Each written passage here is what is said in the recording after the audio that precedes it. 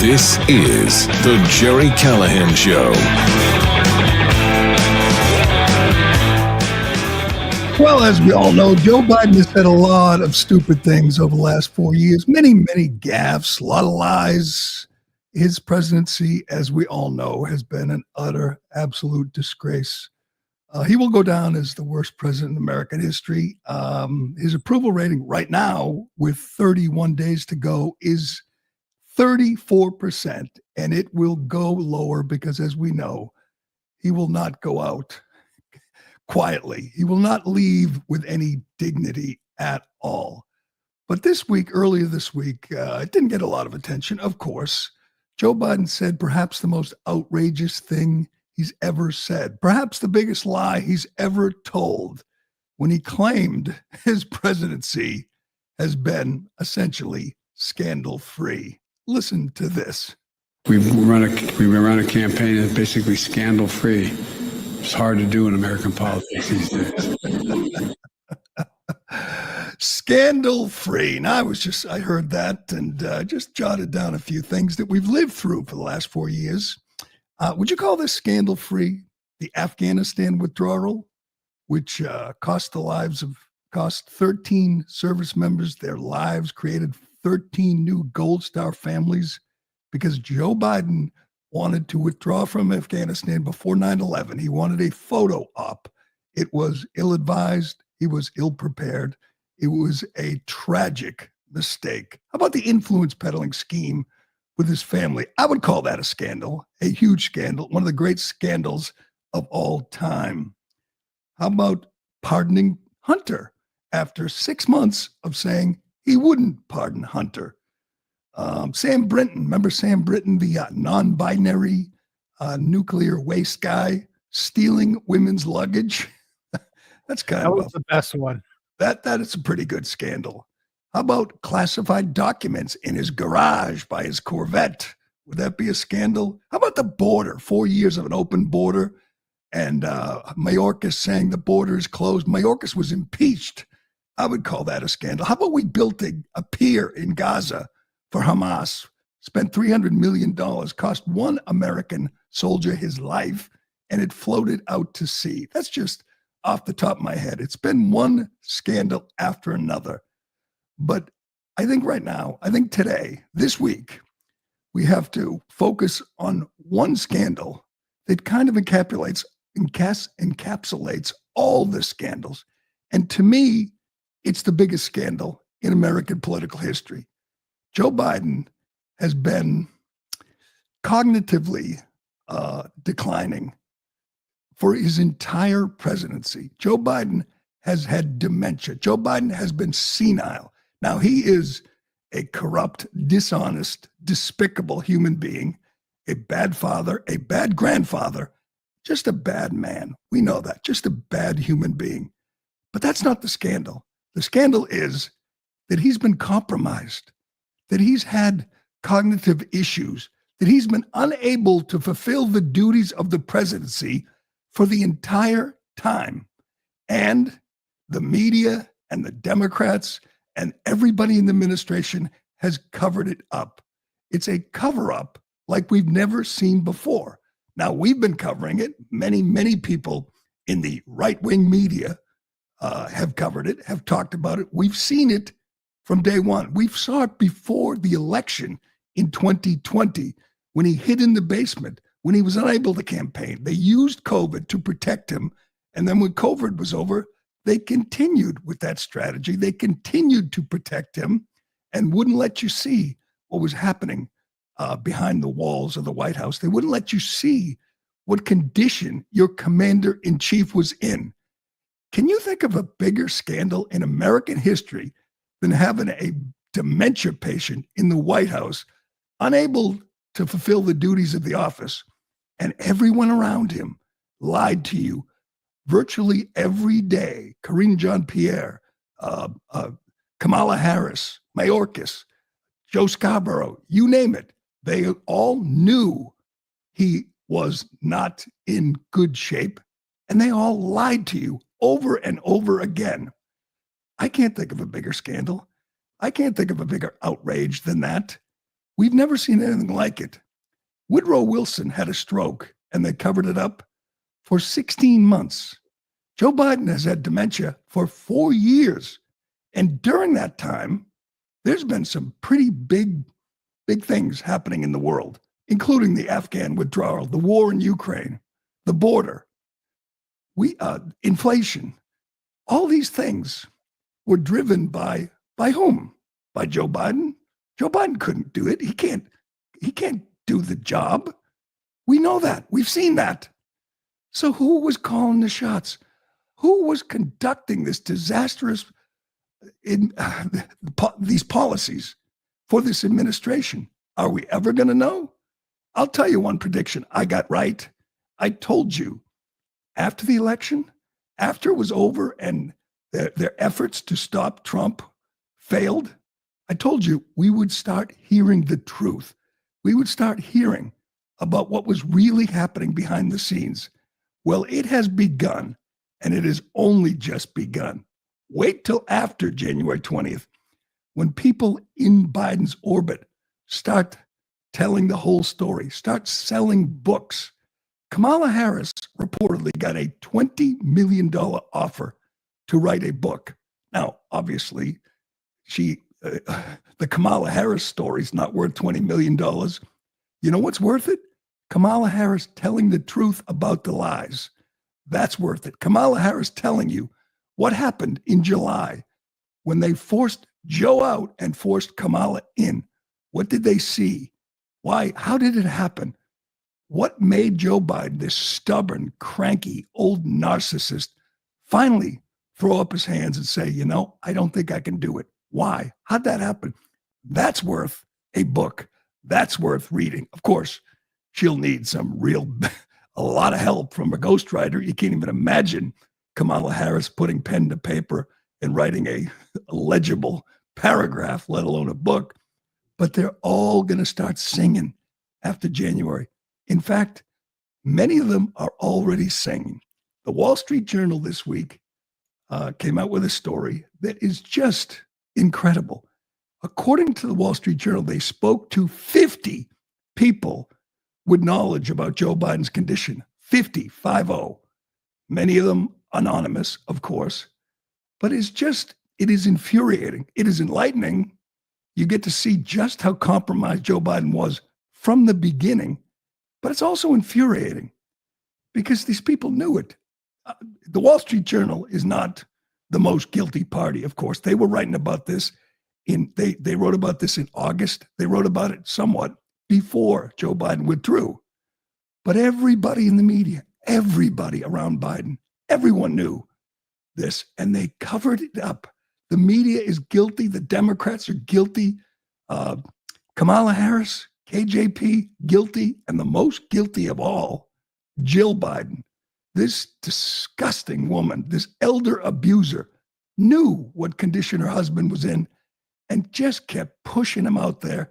You can do it, Joe. This power-drunk woman who wanted her husband to stay in the race in July, who's bitter because they forced him out, who wanted him, who thought he could run again, win again, and conduct the office and do the job for 4 more years.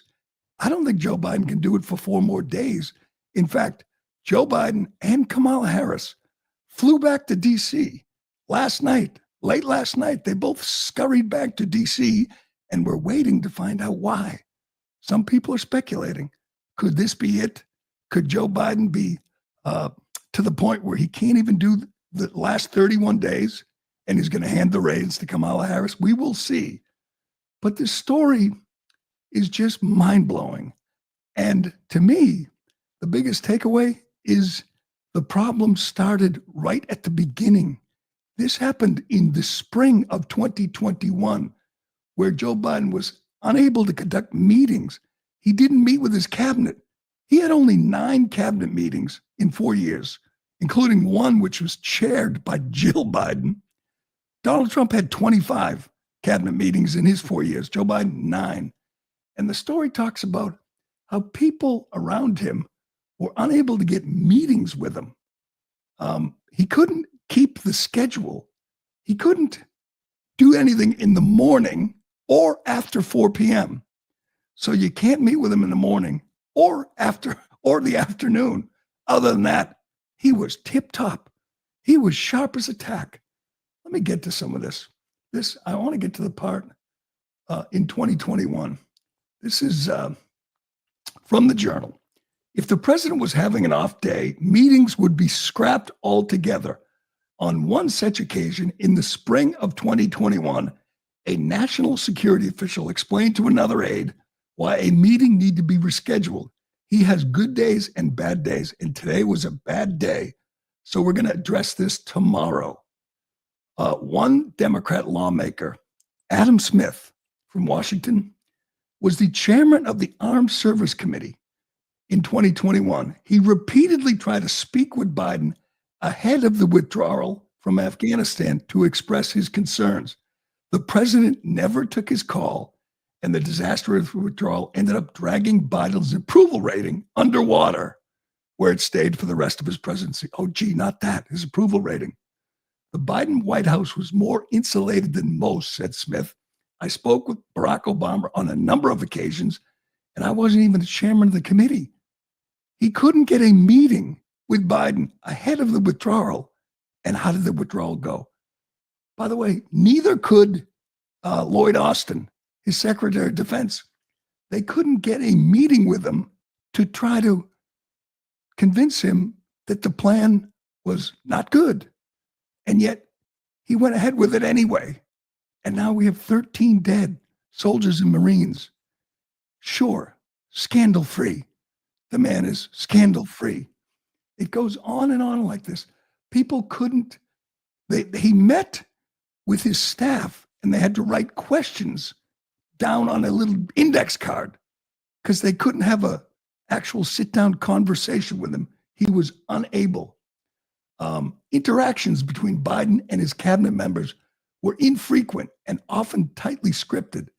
One cabinet member stopped requesting calls with the president because it was clear such requests wouldn't be welcome.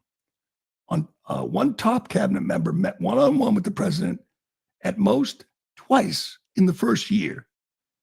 They would give him clips from the media, newspaper clips or printouts from websites, and they wouldn't include criticisms because he couldn't handle it. They wouldn't include critical articles because he just couldn't handle it. The president of the United States. And then, of course, it culminated with the special counsel, Robert Hur, sitting down with him. That's when, and we went over this, that's when he forgot where he was when his son died. He knew he was a mess. There's all kinds of gaffes, and they refused to release the audio. The audio would have sunk Biden a long time before July when he finally withdrew, because the audio, which is another thing which may come out after January 20th, and which will be remarkable. We allowed a vegetable to run this country for 4 years, and the media was complicit. There's a remarkable clip from a guy named Chris Kaliza. If you don't know who he is, he's been everywhere. He's typical Washington insider media guy. I just looked at his bio. He was born in Connecticut. He attended the Loomis Chaffee School, boarding school in Windsor.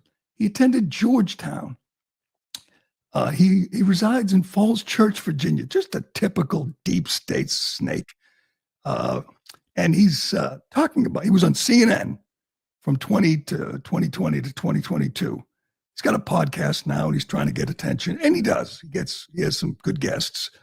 And he talks about essentially his role, but he is speaking for everybody in the mainstream media here and saying, whoops, I screwed up. Maybe I should have pushed back. Maybe we should have covered the fact that our sitting president had dementia and couldn't fulfill the duties of the office. This is an amazing confession and an amazing clip. Check it out. As a reporter, I have a confession to make. I should have pushed harder earlier for more information about Joe Biden's mental and physical well-being and any signs of decline. So let me explain. Joe Biden was president from 2020 to 2024. I worked at CNN through 2022. During that time, the early part when I was at CNN, 2020 to 2022, Republicans would regularly ping me and say, why don't you ask more questions of Joe Biden and how he's doing? He's 76, 77, 78-year-old man. And I would sort of brush them off because what I would say is, well, there's no obvious evidence that he's declining. Yeah, he moves a little slower, he talks a little slower, but there's no evidence that he's declining. And the White House and the people around Joe Biden were absolutely adamant that suggesting anything, asking the question about whether he was in some physical, mental, or both decline was offensive. How could you? It's age shaming.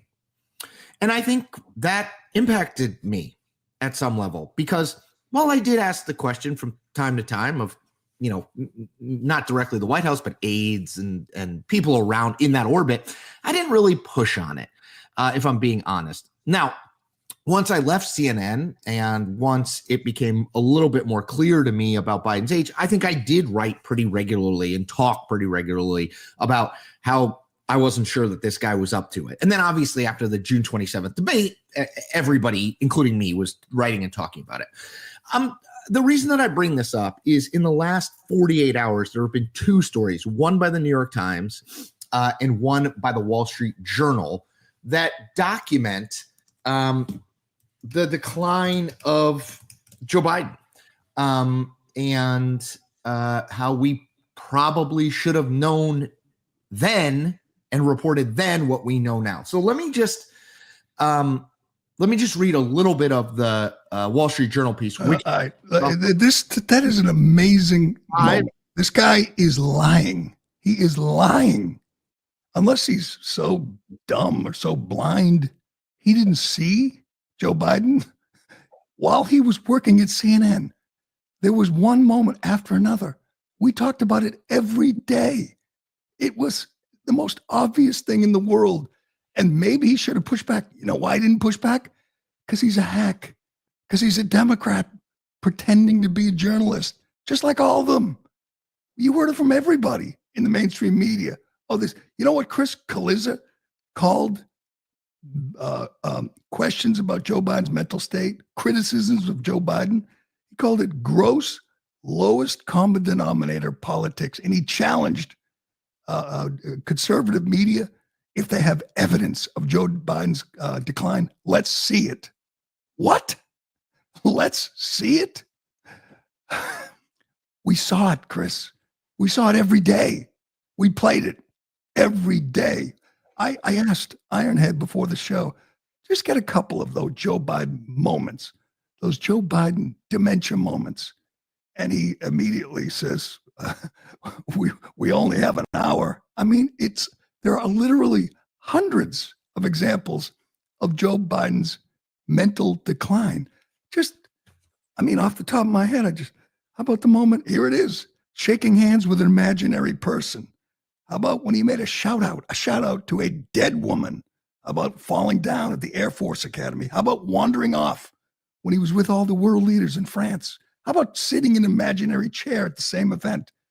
The Robert Hur report came out in February that he was a well-meaning elderly man with a poor memory. And the United States of America, for God's sake. They didn't recommend charges for stealing classified documents because he was senile. That was in February. And the media was all, we'll get to Scarborough, but let's just do a quick reminder for Chris Kaliza and all the members of the media who were part of the biggest cover-up in American history. Here's the guy around whom they circled the wagons and protected for 4 years because he's a Democrat just like them. Go ahead.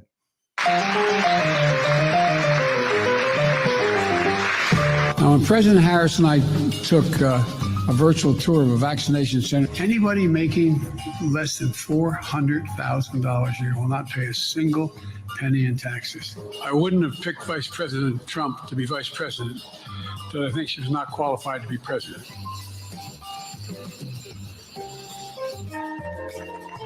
There he is at the Air Force Academy. There he is, falling off his bike. America is a nation that can be defined in a single word. I was going to put him, and I said, America's bad.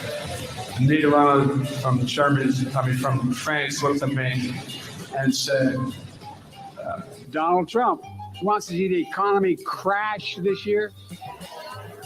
The sitting president. And now I want to hand it over to the president of Ukraine, who has as much courage as he has determination. Ladies and gentlemen, President Putin. 4 more years. Pause. And here he is wandering off into the jungles. Wandering off into the Amazon. Most of that was before March of this year. Let's hear from Joe Scarborough, an alleged, I don't say journalist. He's not a journalist. He's a joke. He's a clown. He's an actor. He doesn't believe anything he says. But he was one of Joe Biden's biggest supporters. This is in March, after most of those senior moments you just witnessed, after everybody in the world saw that Joe Biden was declining fast. Here's Joe Scarborough defending the man you just watched. Go ahead. I don't really care. Start your tape right now, because I'm about to tell you the truth. And F you if you can't handle the truth. This version of Biden, intellectually, analytically, is the best Biden ever. Not a close second. And I've known him for years. The Brzezinskis have known him for 50 years. If it weren't the truth, I wouldn't say it. And you. So PolitiFact decided the lie of the year was Donald Trump saying they're eating the dogs. Not that. Not Joe Scarborough telling his viewers that that's the best Joe Biden ever. At the time, Joe Biden was 81 and just gone, just shot. And I mean, if you get the chance, you got to read the Wall Street Journal story. It's amazing. They talk about a event with donors, people who've given him money to run again. And one donor said, quote, he was shocked when a campaign official told him attendees shouldn't expect to have a question and answer session with the president like normally big donors do. Biden campaign printed pre-approved questions on note cards, gave them to the donors to read the questions. Even with all these steps, Biden made flubs, which confounded the donors who knew Biden had the questions ahead of time. Some donors said they noticed how staff stepped in to mask other signs of decline. Throughout his presidency, Biden was assisted by a small group of aides who were laser focused on him in a far different way than when he was vice president. He had aides who literally walked him around. The Easter Bunny was one of them, grabbed him by the arm and walked him around. And we see him on the world stage wandering aimlessly. That guy has been president, and those guys in the mainstream media have been lying and covering it up, just like all the Democrats, lying and covered up. That is the biggest scandal in American political history. Yeah, scandal-free. Scandal-free, says Joe Biden. We will be remembered. I mean, it's going to get worse, I've told you. The next 31 days are going to get bad. It's already bad. He's pardoning, murderers. He's forgiving more student loans of deadbeats with graduate degrees. He announced today another $4.8 billion gift from hardworking taxpayers to doctors and lawyers who don't want to pay their bills against the Supreme Court's ruling. That guy, no scandals. No, that's like $180 billion. He's gift wrapped for deadbeats with graduate degrees. Your money, my money. It's just disgraceful, despicable, just the most corrupt, the most incompetent. And by the way, what do you say to the Gold Star families from Afghanistan who see this today? What does Joe Biden say? He says he has no regrets. He says he'd do nothing differently. Nothing different. Can you imagine being one of those families, one of those parents of the 19-year-olds, 20-year-olds who died at Abbey Gate because this corrupt old crook wanted to get out of Afghanistan on his watch and before 9/11 and brag about it, and your child is dead, and this ghoul, this heartless ghoul says, no regrets. Nah, everything, looks back and says he would do nothing differently. Do we have this, Ironhead? Any other regrets that you have? Anything you wish you would have done differently? Well, I guess if I thought a lot about it, it'd be something I would done specifically done, but not generically. Not generically. Not you. You can't. He can't just say maybe we could have done Afghanistan differently. Maybe we could have closed the border. Maybe maybe we could have done that a little differently. No regrets. 13 kids blown up by a suicide bomber. Many more maimed, injured permanently. And this crook sitting back saying, nah, no regrets. Nah, wouldn't do anything differently. Can't understand why his approval rating is at a all-time low, 34% and going lower. And maybe today, maybe he actually bows out and says, I really can't do this job any longer, which would be good. I mean, it wouldn't affect the overall health of the country, but it would limit the damage, because I think in the next 31 days, he is going to go out. As his wife, Dr. Jill, said, she wants him to burn it all down, and that'll be what happens if he doesn't get the hell out. All right, we got so much more to get to. We got to get to the latest on the budget deal. It is fluid, the situation in D.C. We're not sure what's going to happen here. The shutdown clock has started on all the cable networks. It's like 14 more hours till they shut it all down. We will tell you about that. We'll play some of the Democrats have a strategy now. Let's pit Trump against Musk. Let's see if we can get under Trump's skin and have him turn on Musk. Yeah, you wouldn't want the greatest businessman, the greatest innovator, the smartest, richest man in the world working for to improve the country. Wouldn't want that, would we? We'll get to that and more, but first. Excuse me. Do you wake up in the morning with a sore jaw, headaches, or ringing in your ears from grinding and clenching your teeth at night? I've been through this. It's fairly common, and dentists charge $600 for a bruxism night guard. Many people are now discovering the Brux Night Guard. Unlike regular night guards that go all the way to the back of the teeth, Brux Night Guard only covers the front teeth. This unique design is what sets Brux Night Guard apart from all other guards. It only covers the front teeth, so the bite force is directed away from the back, where many people grind and clench to help reduce jaw pain and still protect the teeth. You mold it at home to the top and bottom teeth.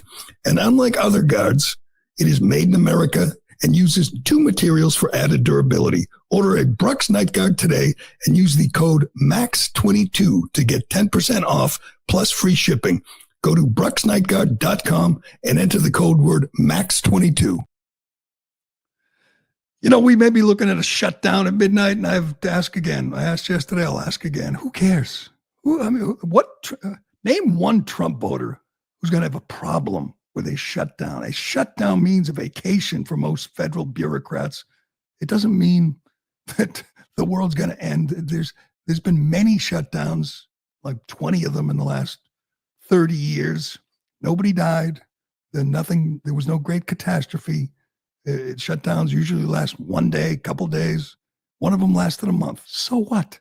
Shut it down. If that's what it takes, shut it down. I'm glad they scrapped the 1,500-page bill.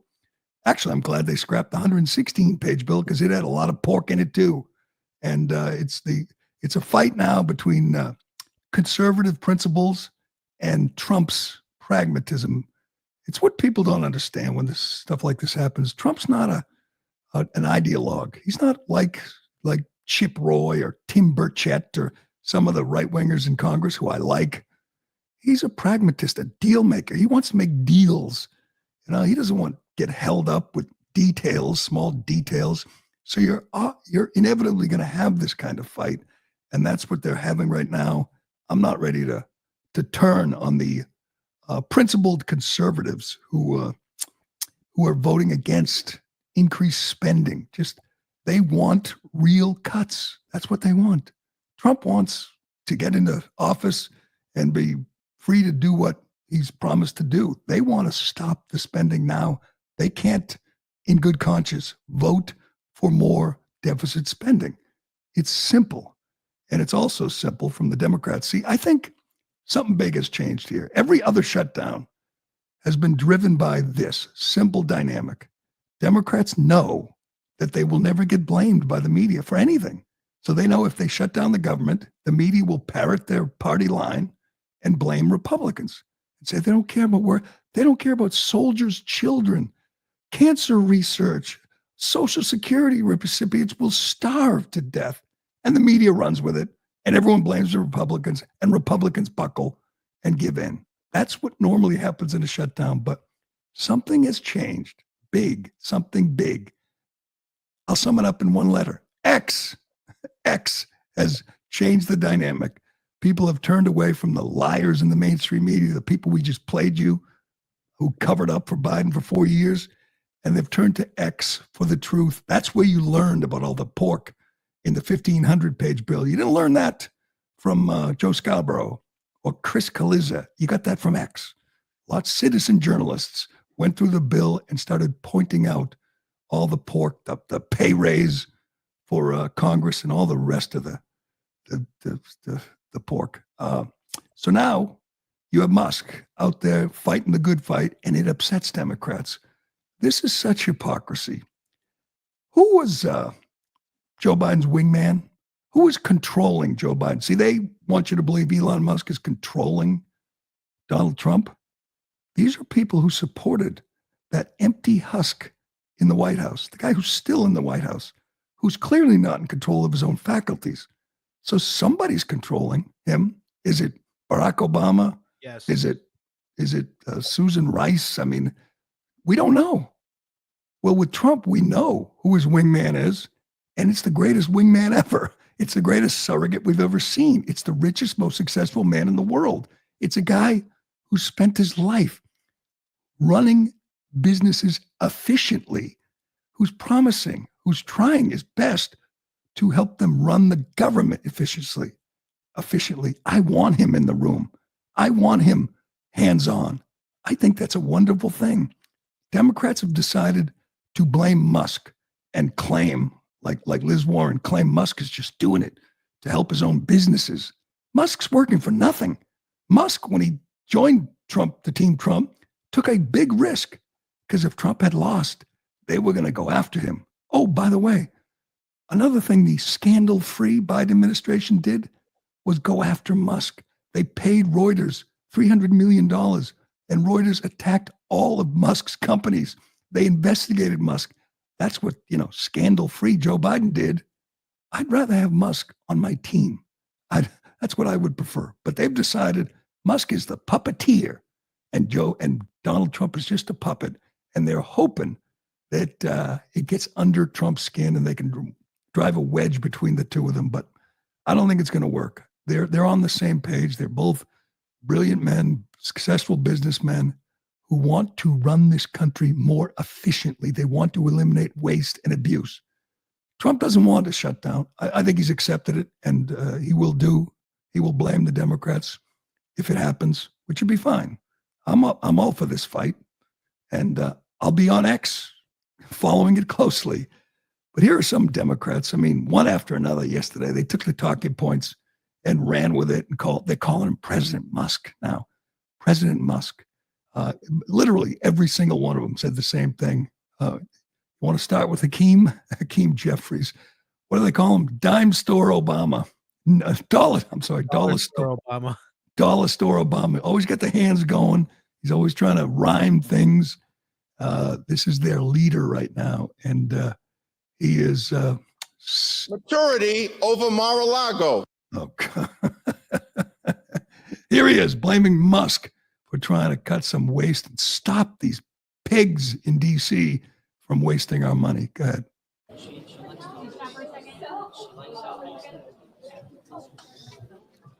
The Musk-Johnson proposal is not serious. It's laughable. Extreme MAGA Republicans are driving us to a government shutdown. Do you see a world in which you might regret not agreeing with the clean debt ceiling? Good. Shut it down. There's literally not a single Trump supporter, not one, who thinks oh no, we can't have a shutdown. They'll blame us again. They always blame us. Yeah, let's do Jamie Raskin too. God, this guy's just loathsome. Again, reading from the same song sheet. Go ahead. Where are you on this negotiation? We had many weeks of negotiation with the Republicans. We arrived at a bipartisan legislative compromise. The Senate Democrats, the Senate Republicans, the House Democrats, the House Republicans, everybody agreed. And then it was blown up by Elon Musk, who apparently has become the fourth branch of government. And that's just an intolerable way of proceeding under representative democracy. So the Democrats are going to try to figure out how we can salvage the public good out of the wreckage that has just been foisted upon us. But do you think that there's a scenario where you might regret rejecting a clean debt ceiling increase? I mean, that's what they've added to this. We're going to discuss this in our caucus and we'll figure out what to do. It's just horrific that they have thrust us into this kind of chaos already, and they haven't even taken over yet. Some Republicans are saying they've done their part now, that what comes next is up to you. And if this doesn't get passed and the government shuts down, the Democrats are going to own this. Yeah, they did their part by entering into a legislative compromise with us, which we negotiated over a several-month period. We arrived at the compromise, and that's what we've all been behind, and that's what we expect to go forward. So who is our leader, Hakeem Jeffries, supposed to negotiate with? Is it Mike Johnson? Is he the Speaker of the House? Or is it Donald Trump? Or is it Elon Musk? Or is it somebody else? So we got to try to figure out. Who would you rather have? I mean, as I always say, who do you want on your side? Imagine being on their side. Well, we had the best example of just how out of step, out of touch Democrats are. They sent, one of their leaders to the House floor yesterday to rant about Musk. It's hard to believe. I know I always say Massachusetts has the worst elected representatives in the country, and ours are pretty freaking bad. We have Liz Warren, Ed Markey, Ayanna Pressley. We have just some awful, awful people. Connecticut gives us a run for their money. They have the unctuous, odious Chris Murphy in the Senate, and they have this woman, this bag lady, Rosa DeLauro, representing them in the House. Famously wanted to spend more money on female crash test dummies. That's true. We got to get to that sound, the most amazing clip of all time. But here she is yesterday ranting and raving about Musk. Who do you want? Whose side would you rather be on? That side of the greatest innovator, entrepreneur, the richest man in the world, the smartest man in the world, working for nothing to improve this country, or this just unhinged bag lady? Watch this. Agreed on a bill. They signed it. And you know what?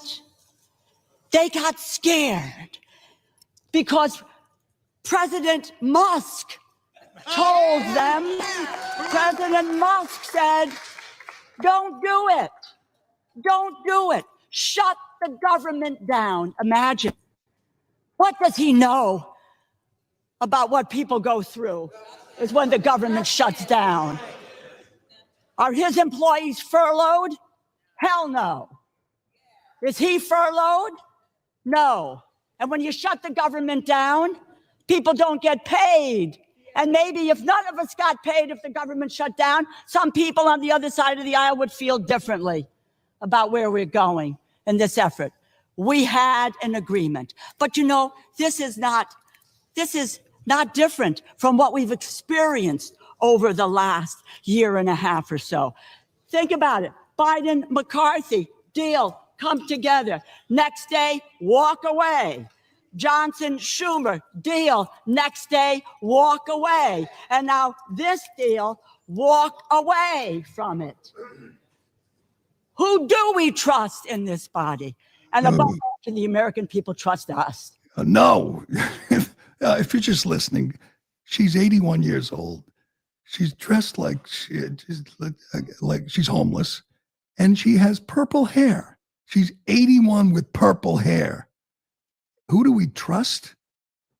The question is, who do we trust? This old lady or Elon Musk? Did you notice, though, when she was just ranting about Musk and how bad he is, they had her handle for Twitter underneath her name? They really, in the bill that was rejected, there was a pay raise up till, I think, from like 180 to 240 or 30,000 for her. She wants a pay raise. She wanted to be paid $200-something thousand. This homeless person who's just unhinged wants a pay raise. And she's talking about, oh, people are going to starve. They'll get furloughed. You know what a furlough is? A vacation. That's what it is. They give them a week, 2 weeks off. And when they return, they get paid for all the time they didn't work. That's suffering. That's real human suffering right there.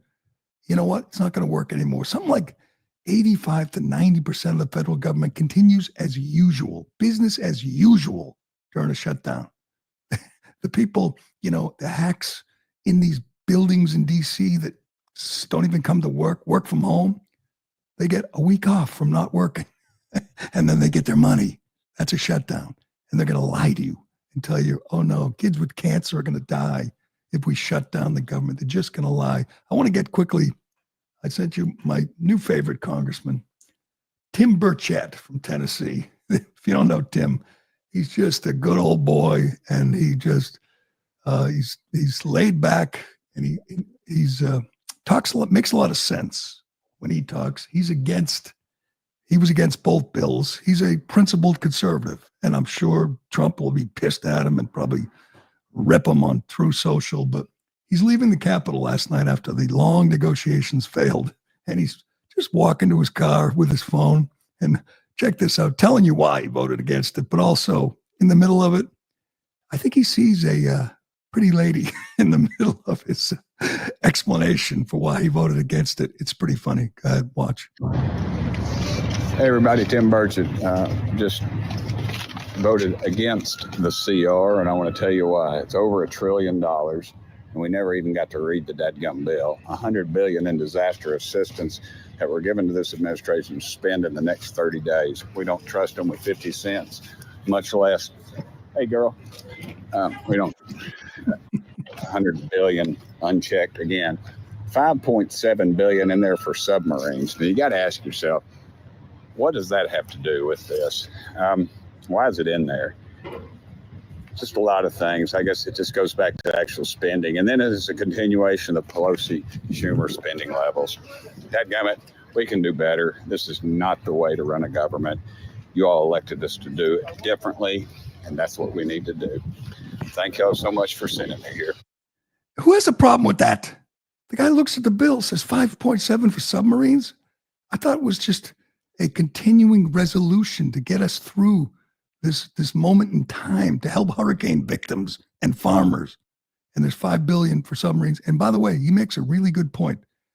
In the bill is $100 billion for hurricane relief, which Joe Biden gets to spend. Kamala Harris, Mayorkas, these corrupt hacks who are out in a month, they get to spend it. You really trust them to spend it well to actually help the people of Western North Carolina? I don't. Biden will probably give it to more deadbeats with graduate degrees or give it to more Green New Deal or DEI hires. I don't trust them. I just want to get through 30 days.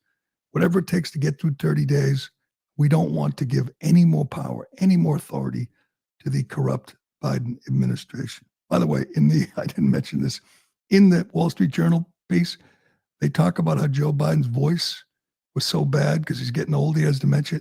They called Jeffrey Katzenberger and asked him to recommend a voice coach for Joe Biden. So we have that in common. Joe and I both needed a voice coach.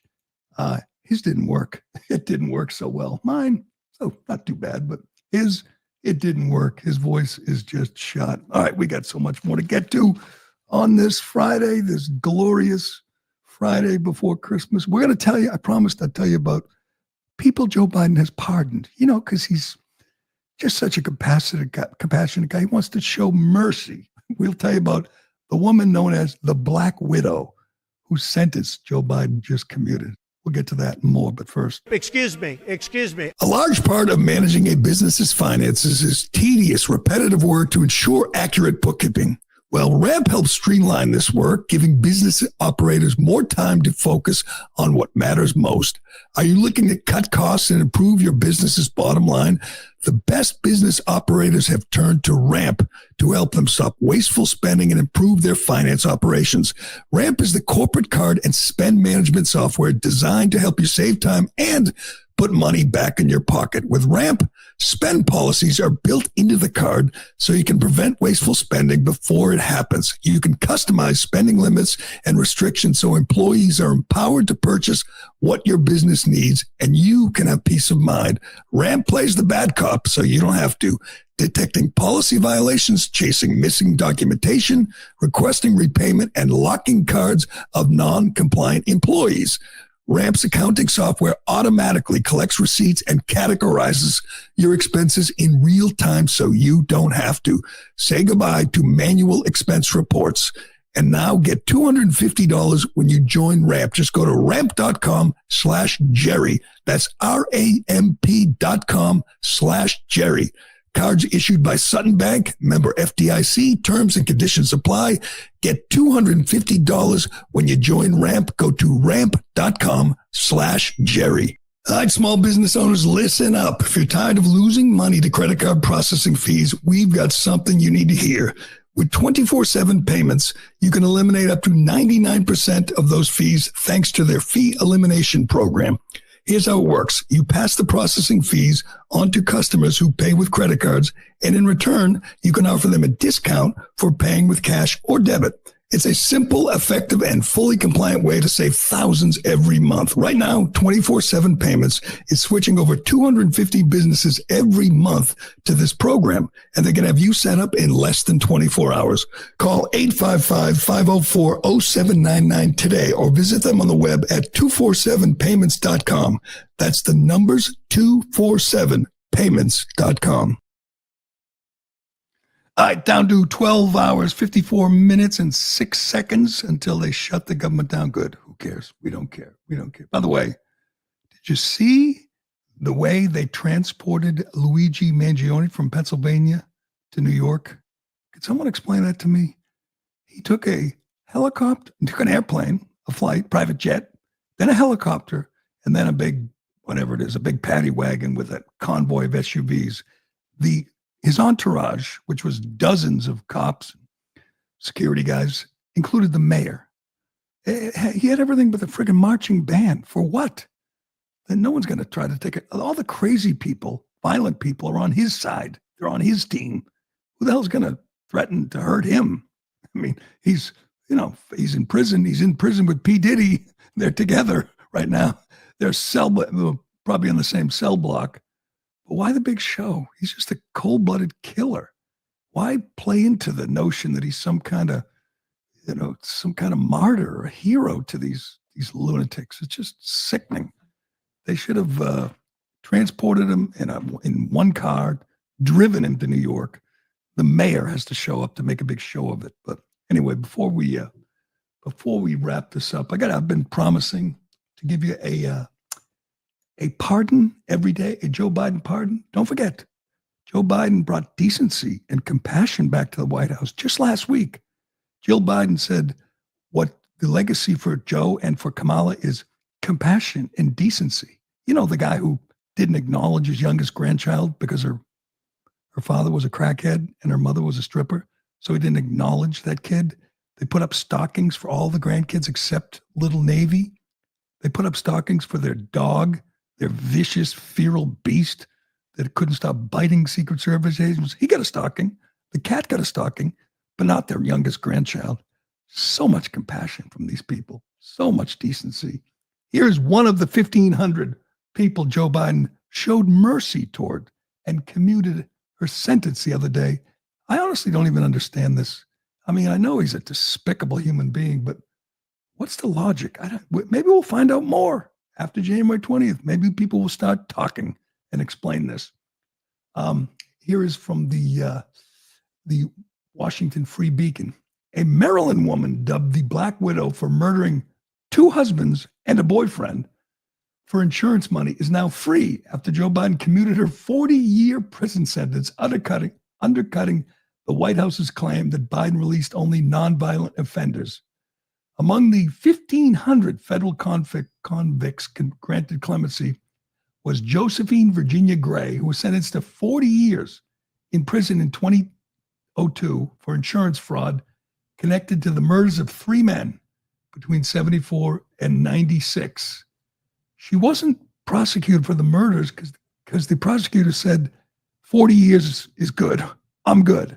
So he just let her go to prison for insurance fraud. The prosecutor says, it pisses me off, as you can imagine. He told the Free Beacon, this doesn't feel like the rule of law moment for the Biden administration. His name is James Trusty, the prosecutor. And you read down and you say, there must be something here. Goes through some of the other people we've told you about that Joe Biden, according to prosecutors, Gray, the Black Widow, admitted to a friend in 2000 that she, quote, had killed both her husbands and another gentleman. She confessed that she shot her first husband and left his body on the side of the road. She confessed that she killed her second husband with help from her boyfriend. That man, Clarence Good, would be her third victim. She told friend that she had to get rid of him because he threatened to blackmail her over the murder. So 3 men murdered by 1 woman, and Joe Biden just said, you're free to go. Not even halfway through her 40-year sentence. Can someone help me with this? Why? Why?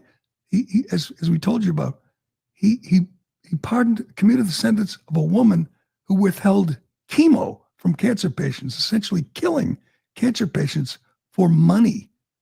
He freed a judge who sent children to detention centers for money, for kickbacks. Some of those kids killed themselves. One of those kids was 8. That judge, William Callahan, is free to go, thanks to Joe Biden's mercy and compassion. It is just, we are never going to see anything like this again. We're never going to see a bigger retrobate in the White House. Just a corrupt, lying narcissist who's gotten rich since he's been in public service and then scolded Congress people who trade stocks because you're not supposed to get rich while in public office. That's just for Joe. That's not for everybody else. Oh, man, get ready. 31 days before we kick his